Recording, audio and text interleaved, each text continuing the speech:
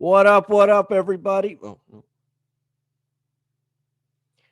Hello, everybody. Welcome back to Camello's Corner. I am your host, Chris Camello. Got another great one for everybody today. Nope. Hello, everybody. Welcome back to Camello's Corner. I'm your host, Chris Camello. Thank you for joining me for another edition of Camello's Corner. That's horrible, too.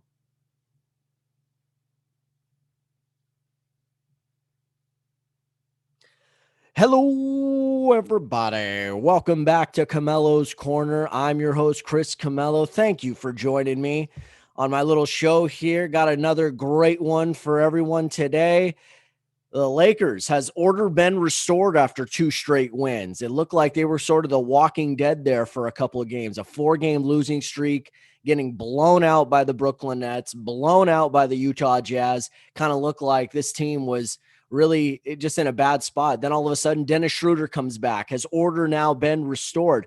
Well, maybe helping Schroeder's pocketbook in the meantime.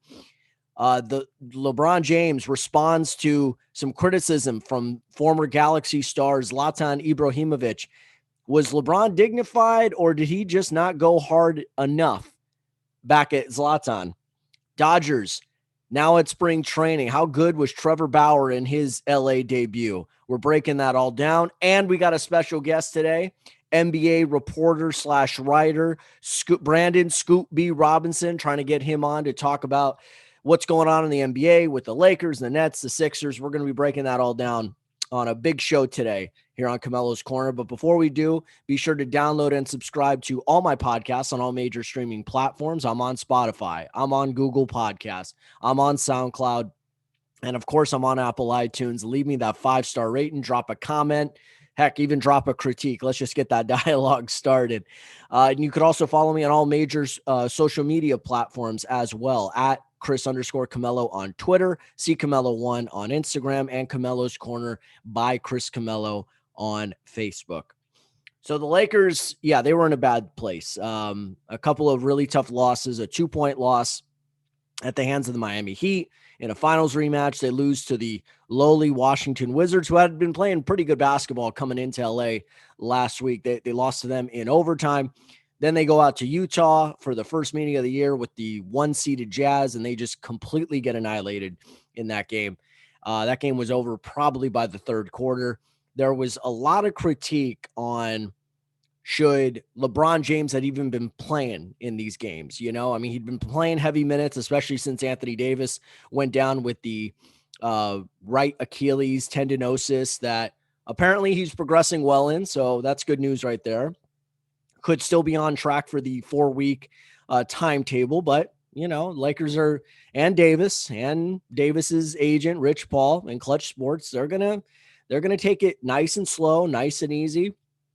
Because let's be honest, you're not playing for the regular season. You're playing for the playoffs. And, you know, what good is forcing AD back if he re-aggravates it? Now you lose him for the entire playoff run. And let's be honest, the Lakers are not a strong enough team, even though they've played well these last couple of games. They're not strong enough to take it all without Anthony Davis. He's just too valuable to the team. And I think we've seen that. But I think perhaps the bigger loss, not to say Anthony Davis's loss wasn't significant, but when you lose Davis along with somebody like Dennis Schroeder, who had to sit out for 4 games because of health and safety protocols being potentially exposed to COVID-19. And, you know, the league they're doing the best they can with this. I know there's been some criticism on how they have really addressed this issue. You know, we've seen postponements. We've seen games just get postponed one day, and then you see other games, get postponed, period. So it's kind of hard to gauge. And in Schroeder's case, you know, just like now we're seeing with the Toronto Raptors, they want extensive testing for multiple days to make sure that this thing is not incubating in your body. And on day 6, day 7, that you're good to go. So it's not just about, okay, you've had 1 or 2 negative tests in a row, you're probably fine. They are taking no chances at this point. So they could avoid an outbreak like what we've seen with Memphis and Washington and some of these other teams. So I understand the frustration for the players, especially the ones who aren't sick, but this is how it is right now. And it's been a little bit of a conundrum. We saw the Kevin Durant situation being pulled out mid-game, but the game was still allowed to finish, and Durant had to sit out a week. And I mean, it was very odd.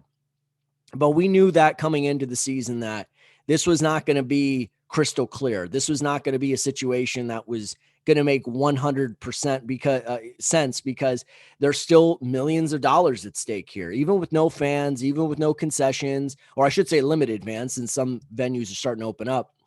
We knew this was going to be a possibility, postponements, and that's why they only did a schedule for 37 games or so, 38 games, and then we're going to wait, see where we're at, and then we'll put out a second schedule, because we don't know how many teams' games are going to get postponed, and we're going to have to incorporate that into the second half of the schedule, because we're trying to reach the 72 game mark. So that was the issue. But the Lakers clearly were not. They may have been a little prepared to be without Anthony Davis, but they certainly weren't prepared to be without both Davis and Dennis Schroeder. Dennis Schroeder's had his ups and downs this season, no question about it. Got off to a little bit of a slow start. It was a new role, playing alongside LeBron James, trying to find his niche. And even on the games where maybe the stat line didn't jump out, the fact that Schroeder was still a threat to attack, to play great defense on an opposing point guard, to break down a defense, get to the free throw line, finish at the rim.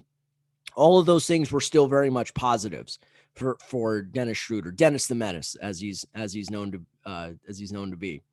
And clearly the Lakers didn't have that. And after LeBron James, when Schroeder and Davis were both missing those games, who's left there to be able to create their own shot? There really isn't. Not from a guard perspective. You could run some offense through Marc Gasol. Caruso, though, is not a pure playmaking point guard. He's a smart player. He does everything else pretty well, defends. He's got good athleticism, good speed, plays hard, makes a lot of winning plays, but he is not a point guard. So if you notice, when LeBron James would sit out, the Laker offense would just get stagnant.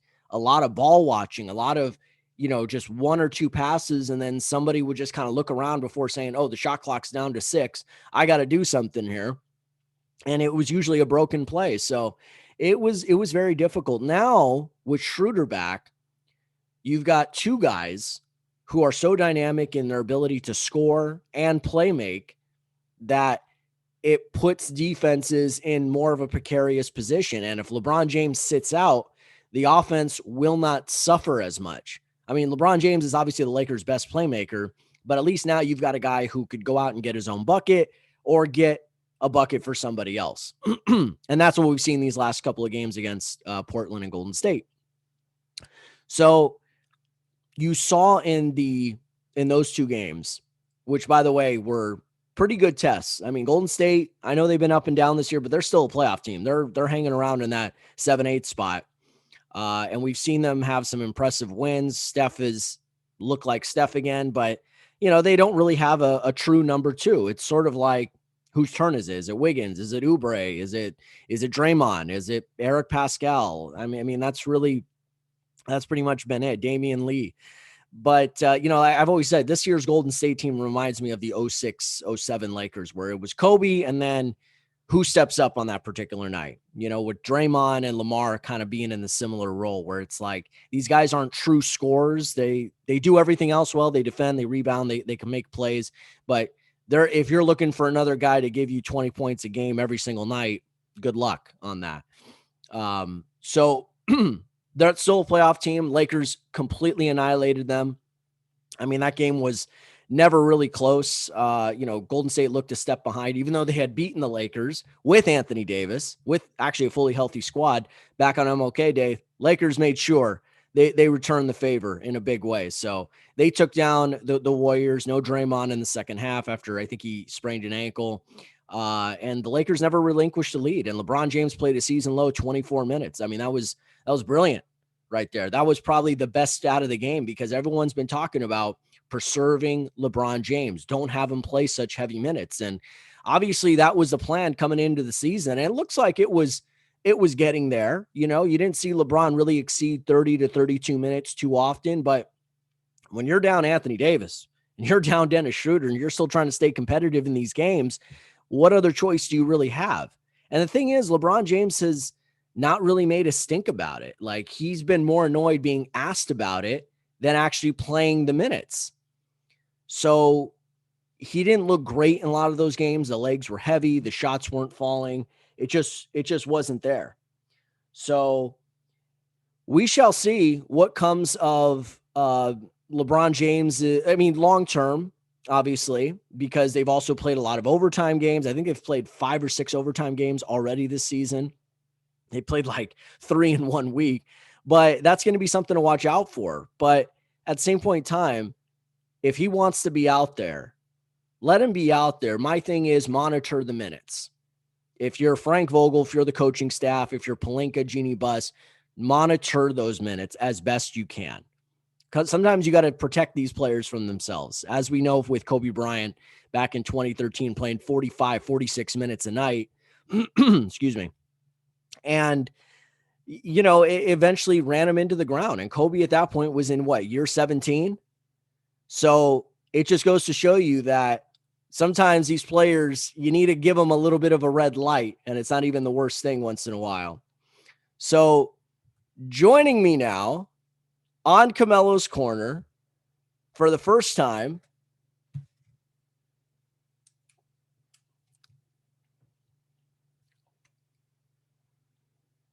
Hey, Chris. Hey, there he is, joining me on Camello's Corner for the first time. I am very, very excited to have him on. Brandon Scoop B. Robinson, an NBA sports writer, reporter, most recently with Heavy.com, but he's also been on CBS, B-Ball Society, Source, MSNBC, just to name a few. I'm very excited to have him on. Brandon, a.k.a. Scoop, thanks for joining me today, man. Hey, Chris, thank you so much, man. I'm sorry for the confusion. I thought we were on at 1 o'clock. I got an alert on my phone. I was making a smoothie. I said, let me get on with this guy because I gave you my word. So thank you. I'm in my bathrobe, but I was going to dress up. But thanks for having me. It's all good, man. No, I appreciate it. Cheers. Yeah. Hey, cheers to you too. I got my juice over here going right now as well, just to kind of perk me up. Yeah. You're on the East Coast then, I take it. I am. Okay. I should. That's why I try to put 10 a.m. PST, Pacific Standard Time, because I'm out here in LA. But hey, you're on here. It worked out. I appreciate it. Yes. Brandon, I've been following your stuff for a long time. You and I connected through social media. I've commented on a lot of your stuff, and then one day I get an alert saying Brandon Scoop B. Robinson is now following me, and I was like, "This is awesome, man!" So I'm glad we were able to make that connection. Of course, man. Nah, man. I love LA. LA has been good to me for my career, and I have a special respect for just the Lakers process. I've learned a lot of just about the Lakers culture over the last 3 years, particularly because of a lot of my reporting and Right. having to actually fly out to Los Angeles. So glad to connect with you. I see some the things that you do on social media after Lakers games, and respect all the way around. I like that Kobe shirt or that Kobe hat that you have on right now that you're sporting. So now, man, I have a respect for Laker culture, Laker fans, and Laker Nation at large.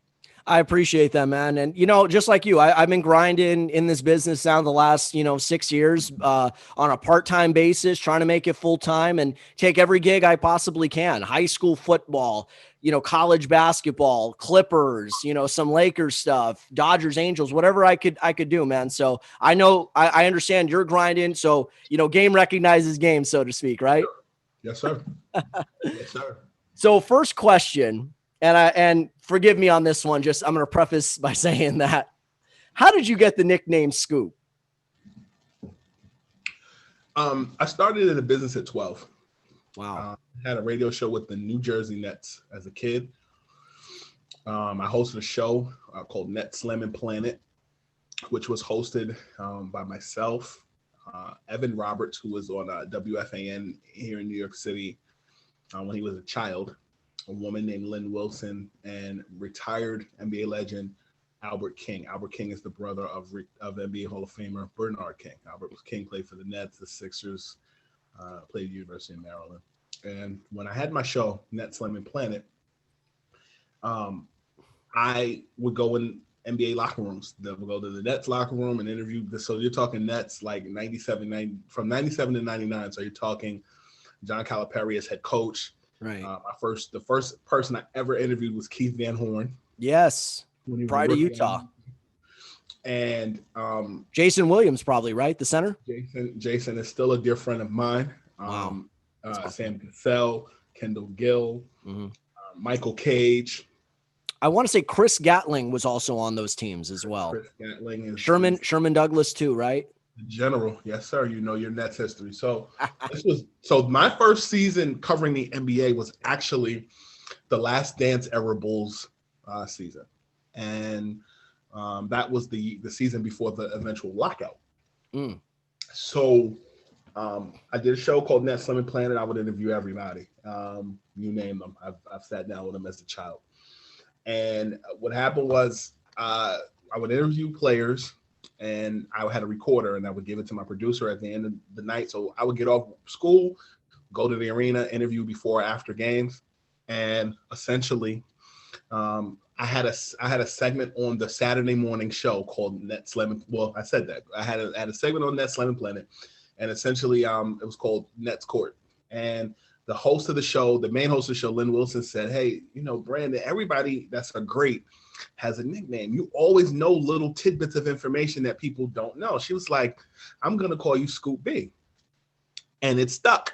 And so what ended up happening was I went to I went to prep school. I went to a school where a lot of my buddies ended up playing professional sports or Division I sports. And I had a column in the newspaper called Scoop B's NBA B. When I went away to college, I kept Scoop B. Like my RA would ask, "Hey, what name do you want on your door in the dorm?" And I said, "Put Scoop B on it." And, it kind of just stuck. And here we are.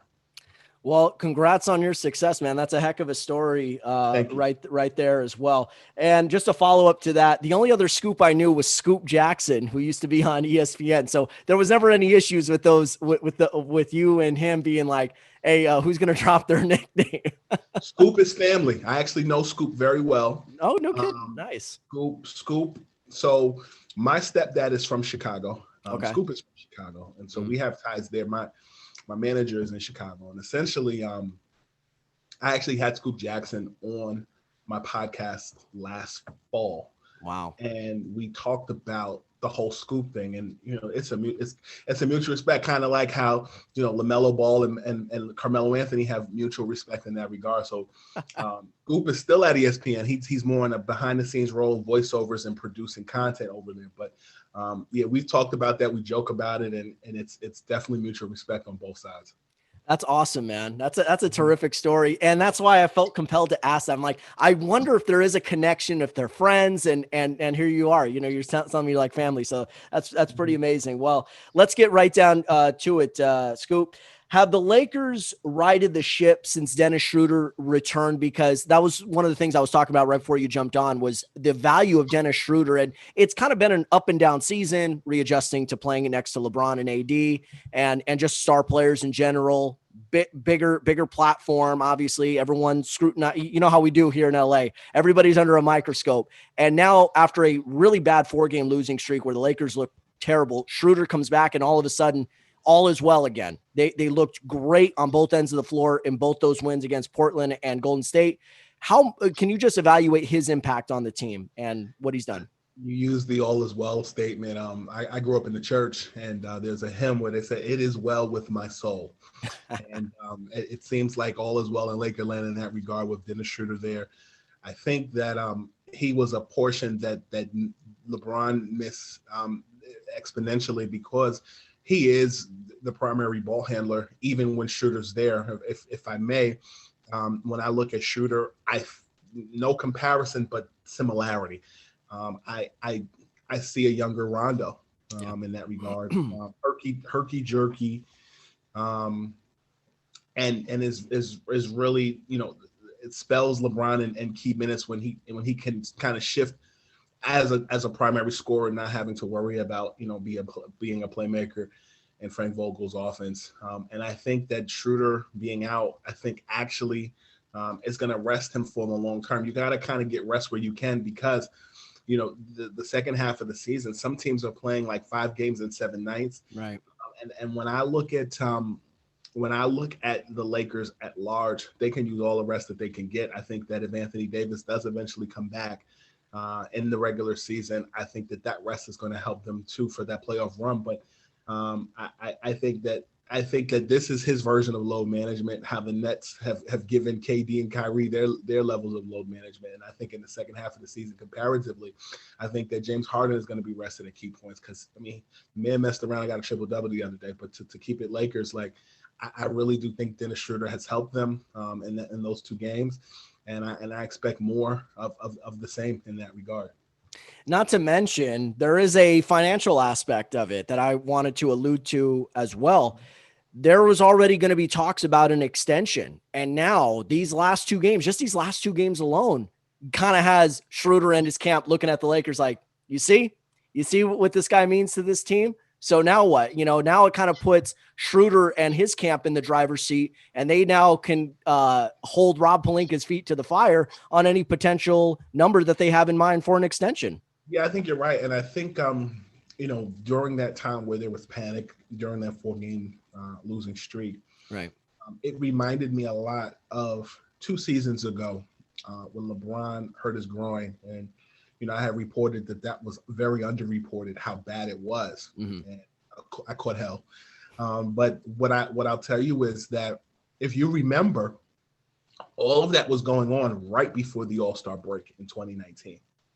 And there was this level of just panic, frustration, and more, and rightly so. Like, LeBron tried to give it a go right before the All-Star break. I think they played Philadelphia. That was the last game of the first half. Mm-hmm. And, people thought that he was going to go to Charlotte and then recruit but ultimately, like, I feel like this kind of panic or question asking is pretty normal for any LeBron James led team going into the All-Star break. And I think now you're in a situation where Anthony Davis gets to rest more. Schroeder comes back, rests. Word on the street is Miami's going to be the hot spot for those who are not all-stars. Just be careful during COVID. But Dennis Schroeder definitely is going to be, I think, lining it up another notch in the second half of the season. And I think that added rest is going to only make things better for him in that extension talk.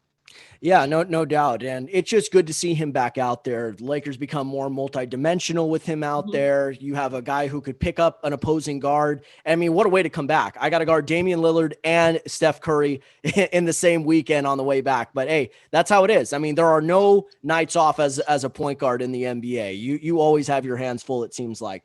But on the business sense for the Lakers, one of the things they've opened up a couple of, they had one roster spot open already. They open up another one with the waiving of Quinn Cook. And a lot of people want to know what is up Rob Pelinka's sleeve. Do they need another big man, one who could rim run, kind of a 10 and 10 type big man? Do they need another shooter, another wing? What is your take on what Pelinka may have up his sleeve in order to fill those 2 spots moving forward? I mean, I know that on the LA side, some of the mainstream media in LA has said that Boogie Cousins is not an option. I have heard other things. I am tied to Boogie Cousins. I've covered him over the last few years, and we have ties. And I know that, the Lakers are a team of interest, but it's not limited to just the Lakers. The Heat have interest in Boogie Cousins. And, right. It's a matter of fit. I know that, Boogie specifically still holds a very good relationship with LeBron, Anthony Davis, and even, some of the coaching staff as well with the right. Lakers. If that's an avenue that they want to visit, cool. I also think that the Lakers are trying to make a move. My druthers don't tell me exactly what they're doing just yet. Mm-hmm. I know that in addition to needing a big man, I do think that they need a perimeter defender. And I think Trevor Ariza does fit that bill, even though people say he's old. He and LeBron are about the same age, so I guess LeBron is old too. I've been, yeah, no, sorry to interrupt, but I've been floating that same narrative now for a while. He's owed 12 million this year with Oklahoma City. Has kind of done the whole Andre Iguodala thing, basically cut me or trade me, but I ain't going to report to this team. He looked good recently, Scoop. I'm sure you saw the same Instagram post that I did. There was some private workout that went on in the hotspot you were talking about down in Miami. Yeah, I tweeted about it. I tweeted about it last week. He looked great, didn't he? I mean, physically, anyway. He did. He was in. So for those targeted to the party, he was working out with Greg Monroe and actually Amari Stoudemire, who's a developmental coach with the Brooklyn Nets. Right. And there were some other people. A lot of the NBA players and some WNBA players have been working out at this particular voluntary workout program in Miami. And Trevor, from what I understand, looked very good, very in shape, toned up. And you're right, the Iguodala situation is there. But, when you talk about Oklahoma City in particular, they're not just going to give Trevor Ariza away. Just like you look at the Cleveland Cavaliers, they're not going to just give Andre Drummond away. And the Detroit Pistons are not just going to give Blake Griffin away. So, we talk buyouts. Knowing Oklahoma and the mastermind that Presti is, I don't see him just giving him away to a rival conference team.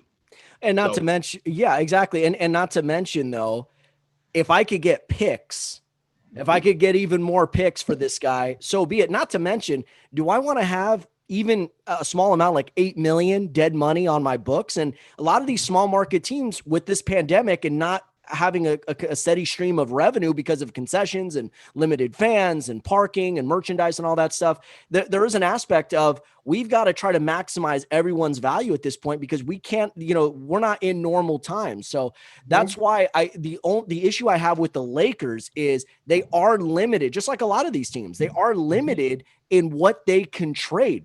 The Brooklyn Nets are limited in what they could trade because they just got a star in James Harden. The Lakers are limited in what they could trade without jeopardizing their core. Clippers, the same thing. So it is difficult for that's why I say the buyout market is going to be more compelling than the trade market because these teams, I think, are strapped either with money or assets. Am I wrong on that?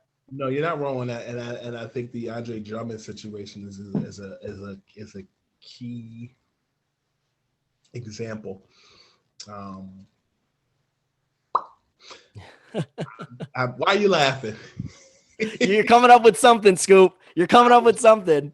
I will say I'm coming up with something, but I know the streets are watching, so I want to formulate my thoughts carefully. So, knowing what I know about Cleveland, both on the front office side and on the player side, Andre Drummond, for example, he wants to go to Brooklyn, but at the end of the day, the Celtics are not chopped liver. No. And Cleveland is not going, Kobe Altman is not going to just give away Drummond. And I think that in Monday morning quarterback or fantasy basketball land, people want to see that. But like the Nets' chance to get Drummond happened or could have found a way to happen when you were communicating with Cleveland in the Jaron Allen 3-team trade to get James Harden. And so when I look at Brooklyn, for example, I think another name, or just NBA free agency at large, another name that people should be paying more attention to is Kevin Love. Because if I'm not mistaken, Kevin Love only really, or rather Cleveland only really wanted, I think it was 2 draft picks for Love. So you look at the trade deadline on March 25th. What can you offer Cleveland to potentially reunite Love with LeBron or Kyrie? So if you don't get Drummond, what about Love? Yeah. Love has been out the last 6-7 weeks with a similar injury to Anthony Davis, the calf injury. He has not played since December 29th. They've been bringing along slowly, but I also think there is a component of we may need to deal this guy. So if we rush him back and he gets hurt again, now we get nothing and we're stuck with that contract again for another year. So that's another interesting point to watch out on. And the thing is, these guys make so much money that it's hard to just buy them out and give them 80, 90 cents on the dollar. Look at Chris Paul a couple years ago when he was in Houston. It would have been it would have been easy for him to get a buyout with Houston and leave LA. But one, you look at his deal. This will be the last major deal that he gets as a player. And so you got to kind of savor that. And that's why Oklahoma City made so much sense. Phoenix made so much sense where he was ultimately traded as opposed to the Knicks. When you look at all that money and you leave it on the table, look at Blake Griffin. Blake Griffin is in a kind of a similar situation that Chris Paul was in a few years ago. Right. Give up 30 to 33 million just to chase a championship. Championships are cool. Right.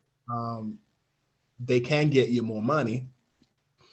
And forever in love with that particular player. Look at Robert Horry, particularly with the 7 championships he's won. It seems that LA has an affinity for him. San Antonio has an affinity for him. But ultimately, I think to stay on task and what you said, I think LA has an arduous task to figure out what they're going to do. I also look at the Kuzma situation. Like, you signed him to a new deal. But last season, Sacramento was brought up a lot. Yeah. Bogdanovich. What'd you say? Bogdanovich. That was the deal that everybody wanted to see. Right. And then Bogdanovich ultimately kind of went to Milwaukee for a quick second before, the NBA called foul. But when you look at Kuzma, like, I look at Kuzma in a situation similarly to Brandon Ingram. I feel like Brandon Ingram, certain people can't play alongside LeBron James. Brandon Ingram, last season, NBA's most improved player of the year, had his own team, kind of. And then when you look at, Kuzma playing alongside AD and LeBron is great. But I think if he were ever moved anywhere else, I think he would be a star. A team like the Detroit Pistons would benefit, Kuzma immensely. But he is a Laker right now, and I'll keep it there. But, I just think that there are so many things that the Lakers could tinker with. But sometimes I think when you do too much, I think sometimes you may mess up the product that's on the floor, and you can't just react to losing 4 straight, particularly when you've not had your top guys, and you haven't had a preseason, you haven't had a real training camp, you haven't had a summer league, a rookie symposium, and all that stuff. Right. I think like the best brand of basketball in the NBA at large this season hasn't even been played yet because guys are still adjusting. It's a great point. Brandon Scoopy Robinson joining me here on Camello's Corner. Brandon, I got a couple more if you'll allow me to regard me, as they say in a couples retreat. I appreciate it, man. So I also know you cover a lot of, we talked about the Nets. Am I wrong to think, and I think I might be in the minority here on this theory. Am I wrong to my fellow minority?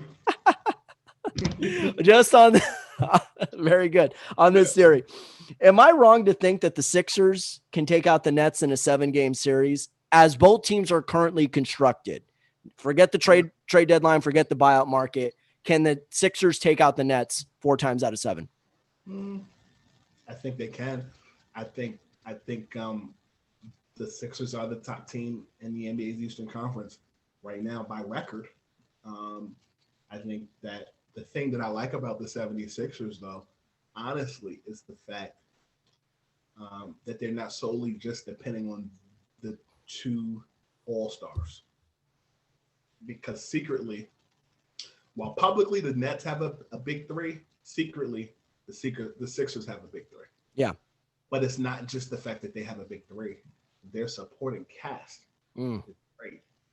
Like, I don't think we pay enough attention to Shake Milton, who, really shifted in the role of starting point guard last season in Brett Brown's offense, or Brett Brown's system, I'll say, in the playoffs, and shifted Ben to the 3 or the 4. And I think that empowered Ben a lot to kind of make that transition into being an all-purpose 1, 2, and 3. I remember talking to Brett Brown about this last season, about how if watching Ben Simmons and shifting him to the 4 spot reminded him of LeBron in Miami. And, he said to me, I was an assistant coach in San Antonio and had first row seats to watch LeBron and his role in Miami and how transformative that was. And he can see the comparison. I think that's why you're seeing people make those arguments about Ben Simmons as defensive player of the year.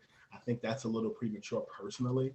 But I figure since he can't make threes, as they like to say, which I don't know why that's such a big deal, but they want to latch him to defensive prowess. But I also think that when you look at the Sixers, the most underrated acquisition in the offseason was Seth Curry joining the Sixers and Dwight Howard joining the 76ers. And I'll tell you this, I had a conversation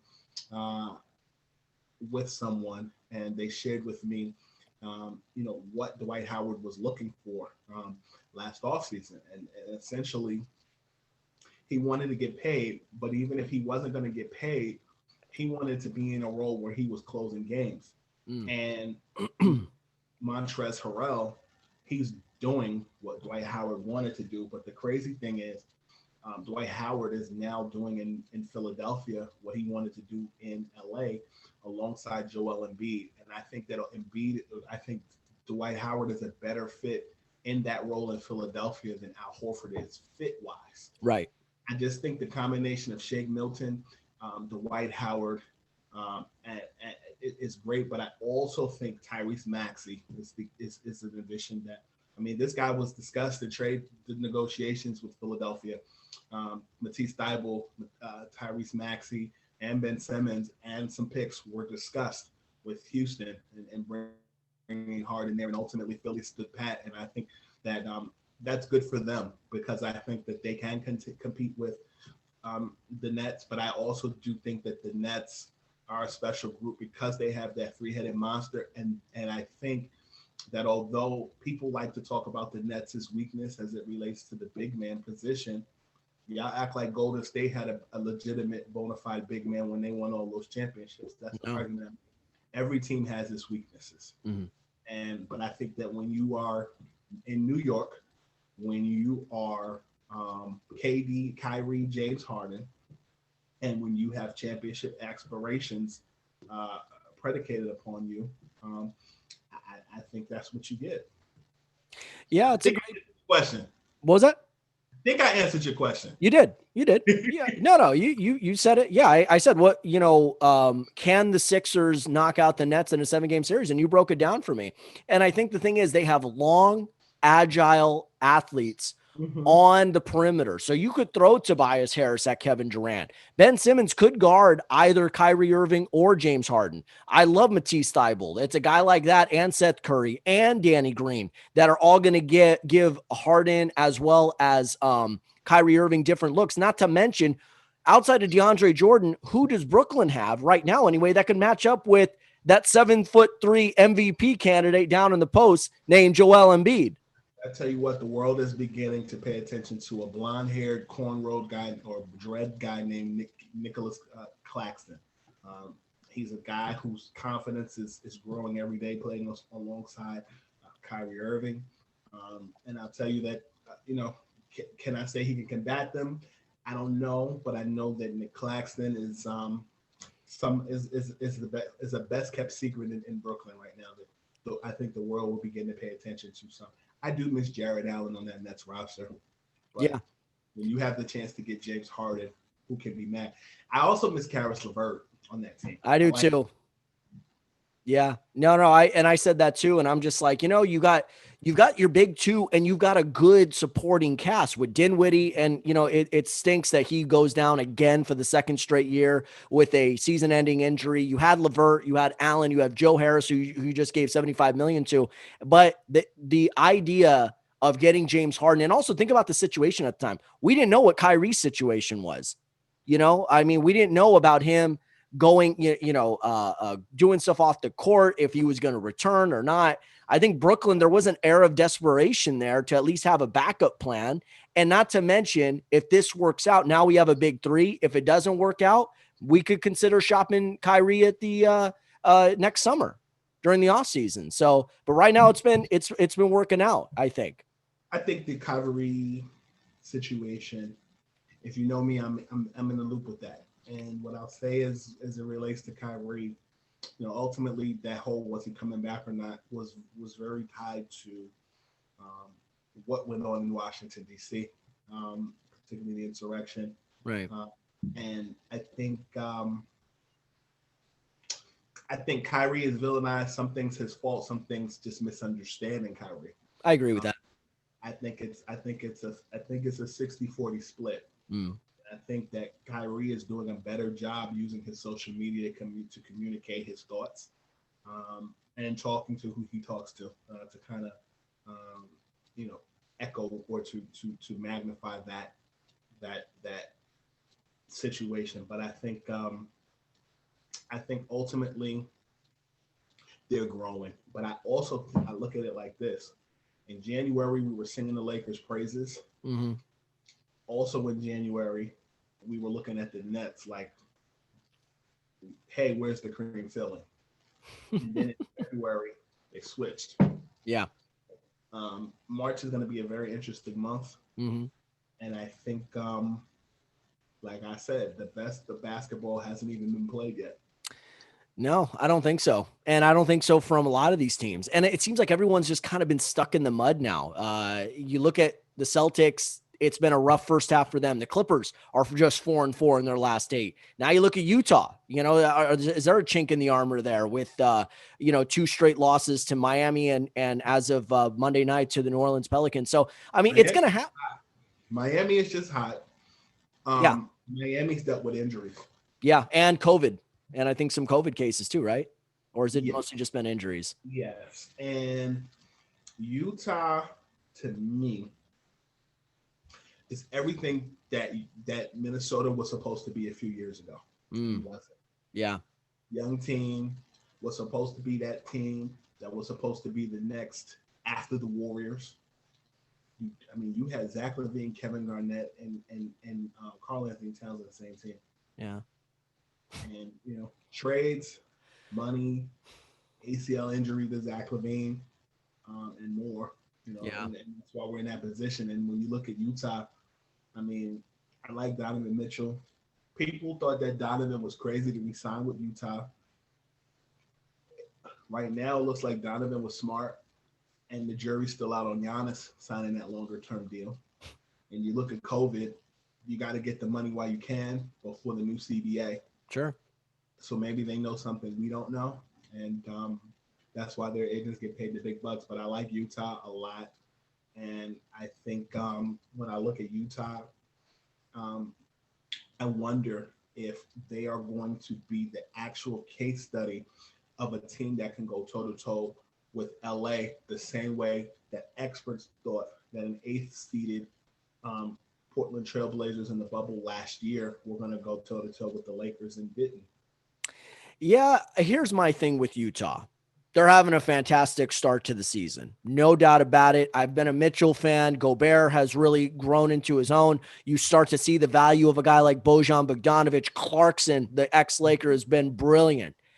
My issue is this. Do they have enough guys to throw at LeBron and Anthony Davis in a 7-game series? And if they meet the Clippers, who's going to guard Kawhi and Paul George? All of their guys are undersized. And that's the thing. Like, we didn't really get a chance to see what Utah could do against a healthy Lakers squad, but we did get a chance to see what they could do against a fully healthy Clipper squad. And the Clippers took them down.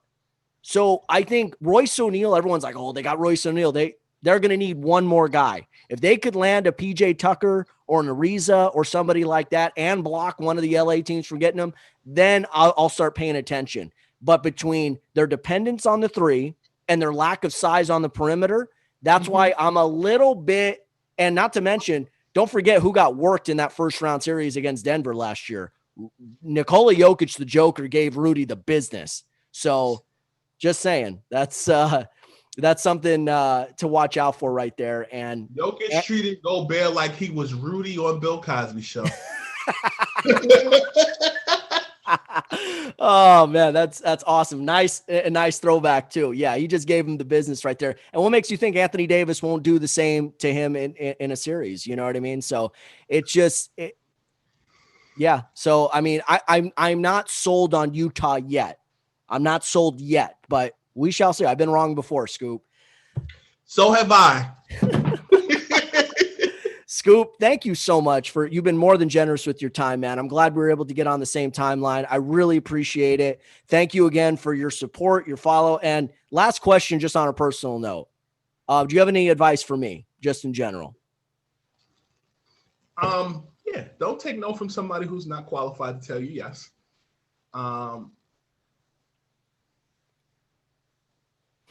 You're going to get a lot of no's before you get yeses.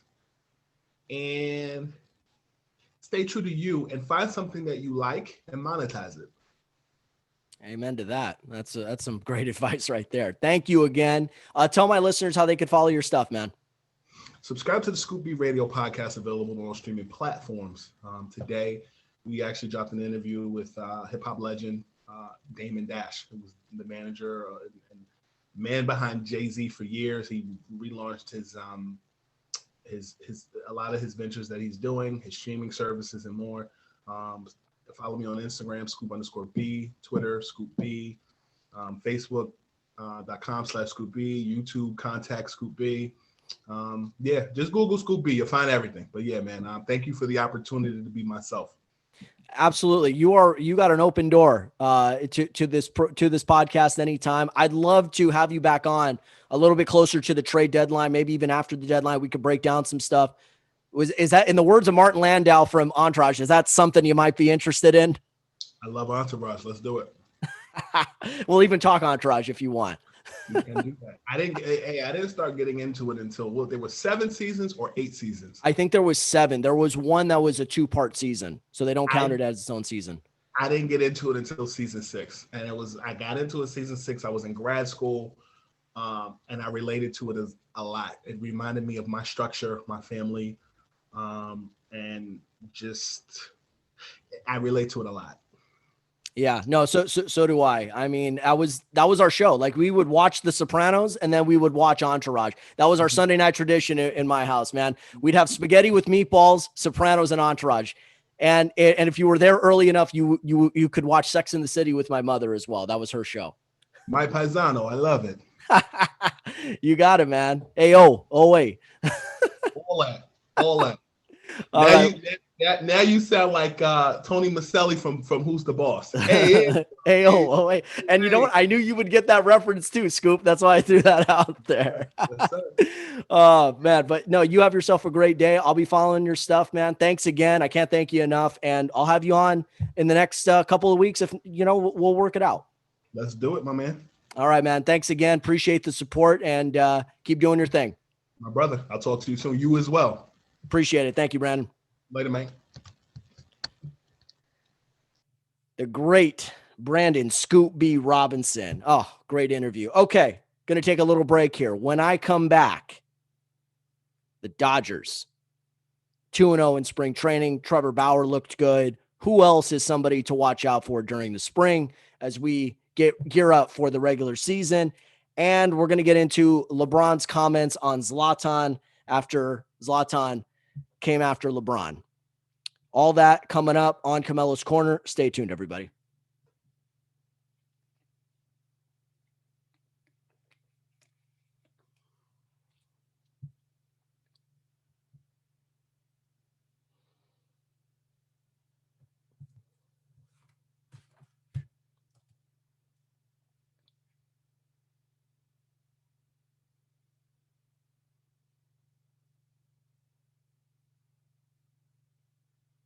All right, back here on Camello's Corner. Welcome back to Camello's Corner. I'm your host, Chris Camello. Thanks again to Brandon Scoop B. Robinson for joining me, talking Lakers, talking Nets, Sixers, a little bit of NBA. It was a great, great conversation. Be sure to check out this week's podcast with that interview. It's awesome. But as we shift gears from the NBA to the Diamond, MLB, Dodgers, everyone's starting spring training now, but obviously the Dodgers have gotten out to a good start. They're 2-0 so far in the Cactus League. Taking on the Oakland A's. They beat them 2-1. They took down the Rockies 10-0 on Monday afternoon, and Trevor Bauer was fantastic.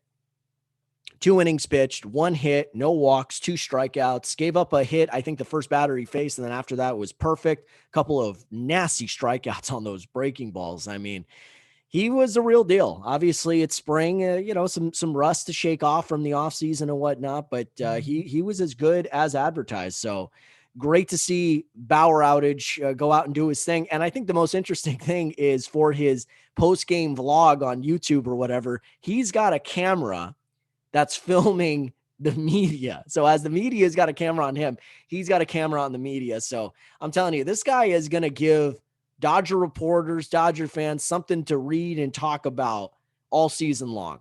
It's going to be, I think, a joy to have him here. So, as long as the focus is on baseball and nothing that he does is a distraction, which I don't think it will be. I think once his teammates kind of get used to his personality and see how focused he is, and, this guy eats, sleeps, and breathes baseball, and he does it from a scientific vantage point. So that's going to be good for some of the other pitchers on the team who may have not have ever seen pitching or baseball from that aspect. Guys like Clayton Kershaw have already pointed that out. Walker Buehler, David Price, some of the young pitchers like Dustin May and Julio Urias and Tony Gonsolin. So definitely looking forward to seeing what he could do this season with LA, just off the field as well.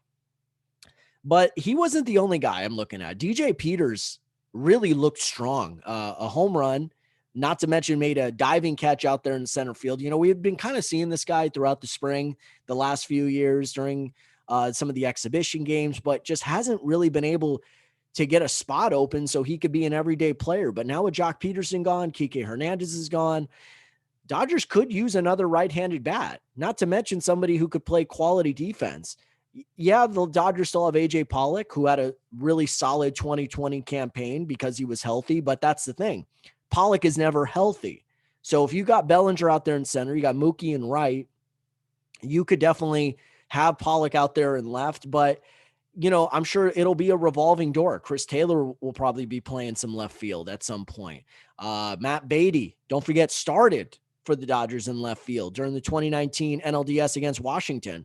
So he's got he has the ability to play out in the outfield. But I also think this is an opportunity for DJ Peters to really show what he can do. I've always been a fan of this guy, and I really thought with the Dodgers essentially letting Jock and Kike walk, this is now an opportunity for both Peters and Gavin Lux to really show what they can do.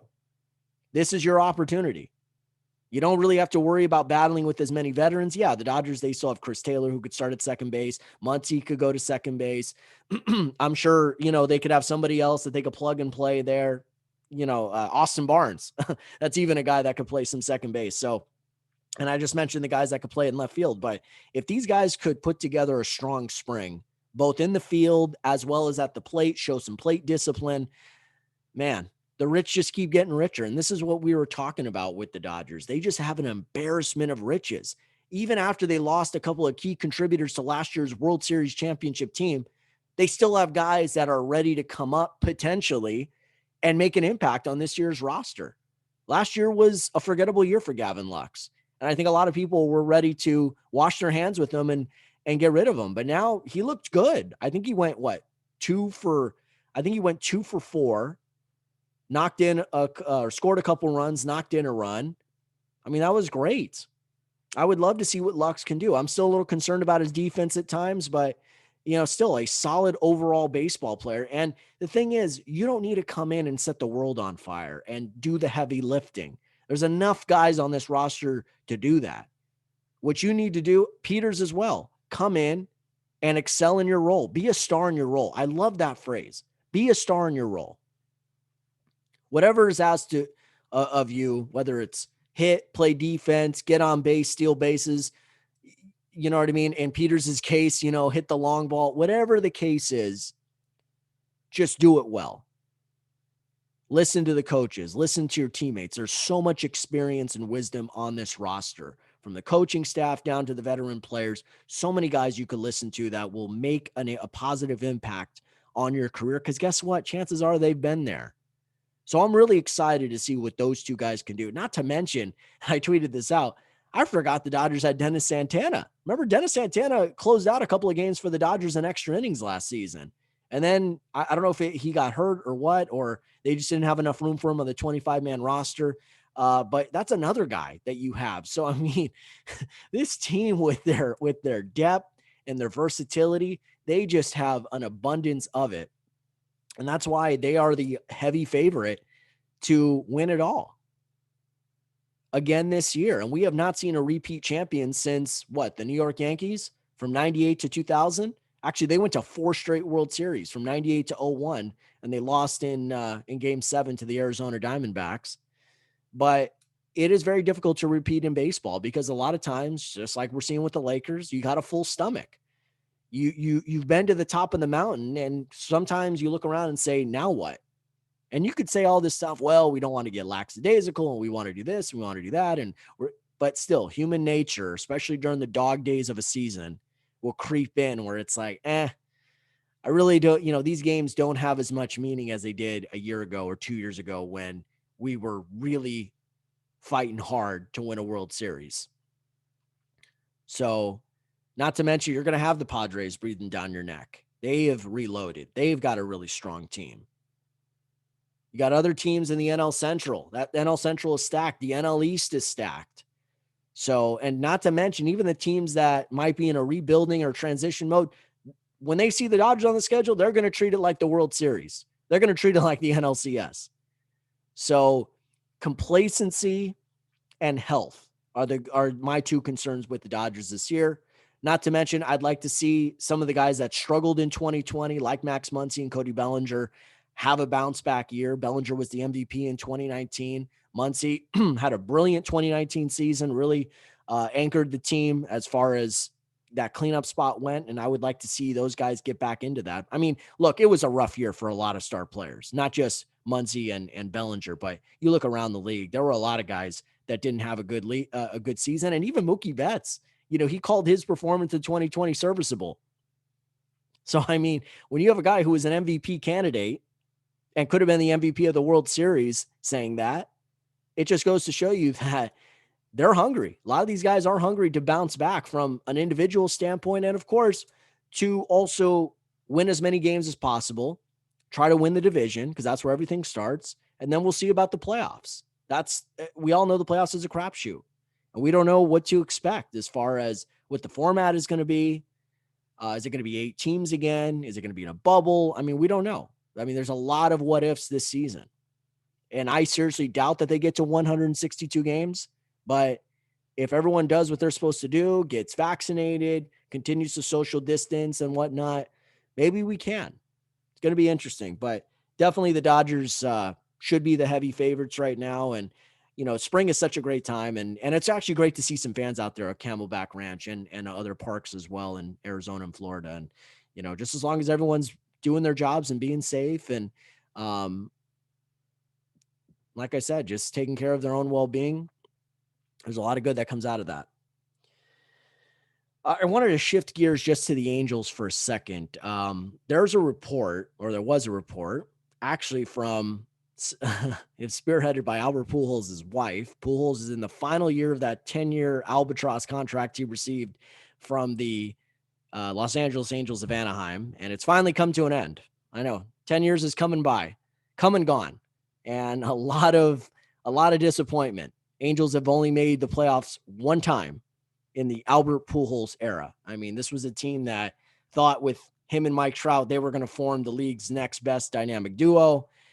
Pujols is obviously a generational great. And even still, like, I'm not going to put the Angels' struggles throughout these 9 years completely on him. There was some bad moves made by the front office, by the ownership. They haven't really addressed the needs well. We've seen different managers. So I'm not going to put everything on Albert Pujols, but it does ask you, and this was something I was going to ask before the season started, is this his final year? I mean, he really isn't a defensive player much anymore. I mean, you may see the occasional start over at first, but mostly has been used as DH, mostly a slugger, not really the well-rounded hitter we grew to know and love in St. Louis. But still, like I said, still a guy that could hit. And my issue with Pujols, let me get his age over here because that's going to bother me now, is I don't know if this should be his last year or not. It kind of really depends on him. He's 41 years old, just turned 41. Born January 16th, 1980. So, yeah, he's 41. Obviously, It's when a lot of guys tend to hang him up, even in a sport like baseball that's not full contact, that, sometimes you're not exerting as much energy, especially if you're DHing. All you're doing is going up there and hitting. The guy's a first ballot Hall of Famer. He's an MVP. He's a two-time World Series champion.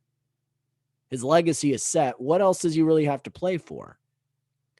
So I think what Pujols is going to do, I don't think he's going to announce anything this year. I don't think he wants this season to be about him in a farewell tour, kind of like what we've seen with Kobe and some of these other players, Dirk Nowitzki and Dwayne Wade and other players in other sports.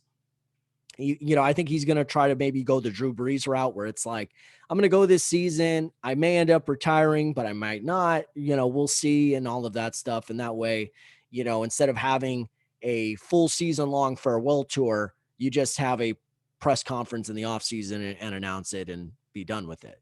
He may want to do that. I don't know.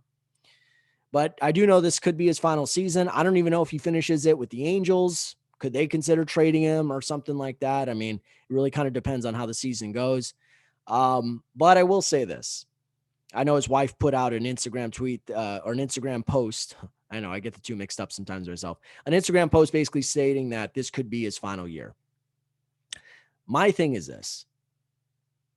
If that drive is gone, hang him up. Hang him up. And I think he's going to see how this season goes for him, how the team does. But if that fire is gone, and for a guy like Pujols, who's even as stoic as he's been, has always had a love and a fire and a passion for the game of baseball. It's all he's ever known. But if that's gone, then yeah, you got to step down. You're in the final year of your contract. You're 41. Like I said, legacy is set. You got nothing else left to prove. Go right off in the sunset with your wife and family. Go be a full-time dad. Maybe eventually maybe get a job in the front office of the Angels or the Cardinals or some of these other teams. Try to get into broadcasting or something like that. I don't know if that's really his thing, but you could do other things besides play baseball and if you still want to stay close to the game, but just don't have that desire to play. But I know things with the Angels didn't go that well. It was filled with injuries and inconsistencies. And, obviously, even when he came over, he was at his peak, but a little bit now on the decline. And you saw that in the 2011 World Series. However, it's still Albert Pujols. And for a team that didn't really land a lot of free agents throughout their time, a lot of big time free agents, a lot of successful free agents, it was still seen as a big move. It was a huge move, and everyone thought it was going to be, potentially a dynasty and whatnot. But in baseball, one guy, as we're seeing now in Philadelphia with Bryce Harper, as we're seeing with some of these other guys that get these mega deals, one guy can't always make the biggest difference. Pujols can't pitch, right? Pujols is one guy in the lineup, and he could do a lot for you. But, those Cardinal teams that ended up winning World Series and going to World Series, they were loaded with talent. And yeah, Pujols was the straw that stirs the drink, as Reggie Jackson once said. But still, you had a collection of guys who knew what they can do. And unfortunately, in Pujols' case with the Angels, it was him and it was Trout. And Pujols' numbers were a far cry from where they were in St. Louis. I mean, as far as the well-rounded numbers, the batting average, the on base was still there. He could still hit home runs. He could still drive in runs. But you look at everything else, the advanced analytics and sabermetrics, the numbers I don't really like to get into that much, they had dropped off a little bit. Not to mention his defense. But he knew that. That's why he wanted to sign a deal with with an American League team, so he doesn't have to worry about playing first every single day. So if this is the final year for Albert Pujols, I'm not saying it is. I'm not saying it isn't. Clearly his wife thinks so. Then you know what? At least we could all say we got to see a Hall of Famer. We got to see one of the best to ever do it. And, for a guy who's been in the league now, I think this is going to be his 21st season, 21st or 22nd season. There's been few who've been able to be that good for that long than Albert Pujols. And he's done it a bunch of different ways. And maybe the success wasn't there with the Angels, but he was still serviceable. He was still good. He still played at times like an all-star. Still good for 20 to 25 home runs. 70 to 80 runs batted in, and a decent batting average. So I'm sorry things didn't work out better for him in the latter stages of his career, but sometimes it goes that way. Sometimes the grass ain't always greener, right? So we'll keep an eye on what happens with Pujols if this is his final season or not. All right, final segment. I'm gonna move quickly on this, even though this does deserve some attention. So by this point, we all know what Zlatan said to LeBron, basically paraphrasing, stay out of politics. This is the problem with famous people. Do you get famous and all of a sudden you think you have a platform to say what you want in different fields? Stick to what you know, basically. A nicer way of saying shut up and dribble. LeBron basically says, I'll never just stick to sports. I'll never just shut up and dribble. I am a voice for a community, for people who can't speak for themselves. I am that voice, and I'm educated on certain matters. And that's what I'm speaking on. I'm speaking on matters that affect me, those close to me, the communities close to me. That's what I'm doing. And I thought LeBron James was very dignified. I thought he gave a good response. He could have wallowed in the mud. He could have clapped back. He could have given us all something to tweet and meme and all of that stuff. But he didn't. He didn't. I thought he gave a very thoughtful, dignified, respectful response in a situation that really wasn't respectful. Look, we don't always have to agree in this country. That's what makes America America. Whether you're liberal, conservative, Republican, Democrat, whatever, independent, like I try to be, as middle, as moderate as I could be, but it seems as though now when we don't agree, we're villainizing. We're villainizing too much. And we've seen that way too often. Clearly, the media hasn't helped, radio, TV, but I mean, that's been like that for years. But now it's social media where guys are attacking LeBron James. Oh yeah, you see, yeah, I know he he doesn't support Hong Kong or he's in bed with China and he only supports dictatorships. And it's like, because they go back to what happened a year and a half ago, almost 2 years now, with the comments that Daryl Morey made. And it's like, that's people's only argument?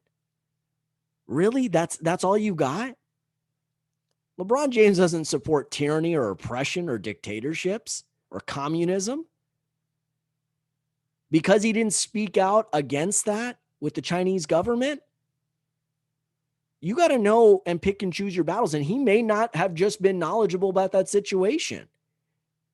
Not to mention, the NBA has built a strong relationship with the Chinese people. Not so much the government as much as it is the people who are huge basketball fans, huge NBA fans. Loved Kobe Bryant.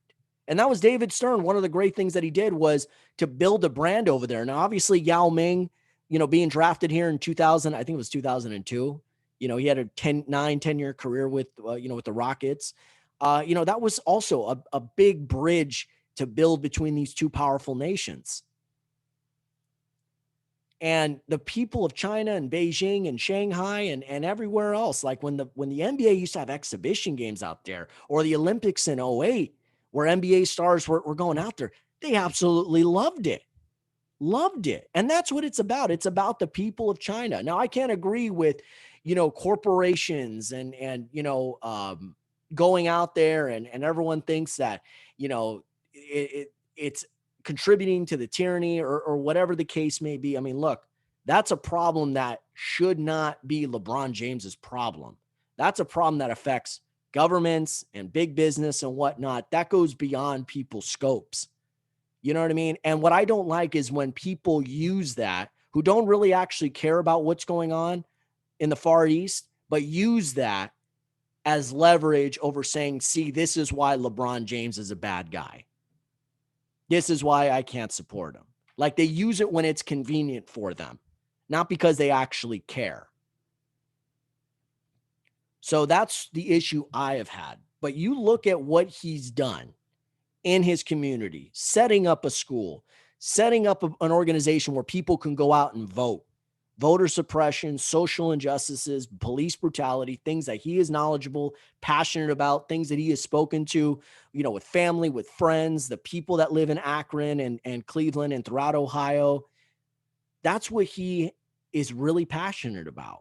And that's what he has normally spoke up on. Yeah, I can't agree with everything that he has said, and I'm not going to kowtow and be an apologist for LeBron James. I'm sure he's, if you ask him on a one-to-one, hey, you think, this situation you handled it the best way, and he'll be the first one to tell you no, but show me the perfect human being. LeBron James has done the best he's actually could with his platform, and naturally you're going to get a backlash. I mean, this guy's always, whether it's been in the political arena or on the basketball court, he's always had haters. And they find every little thing they can to just add fuel to that hate fire. And they always will. That's what it is. Jordan and Kobe and all these other guys, they were no different. You think everyone loved what Muhammad Ali stood for at the time in real time? No. But there was difference. There was 4 channels on TV back then. You had 4 or 5 channels on TV. You had the radio and that was it. There was no internet. There was no social media. I'm sure Ali in real time speaking out on the issues that he was passionate about, he would have been crushed too by certain parts of the country. That's just what it is. I mean, yeah, enough time has gone by, plus he's no longer with us, where enough people respect and appreciate what Muhammad Ali stood for, what Jim Brown stood for, Kareem, Bill Russell, John Carlos in the Olympics. And eventually, even Colin Kaepernick at some point.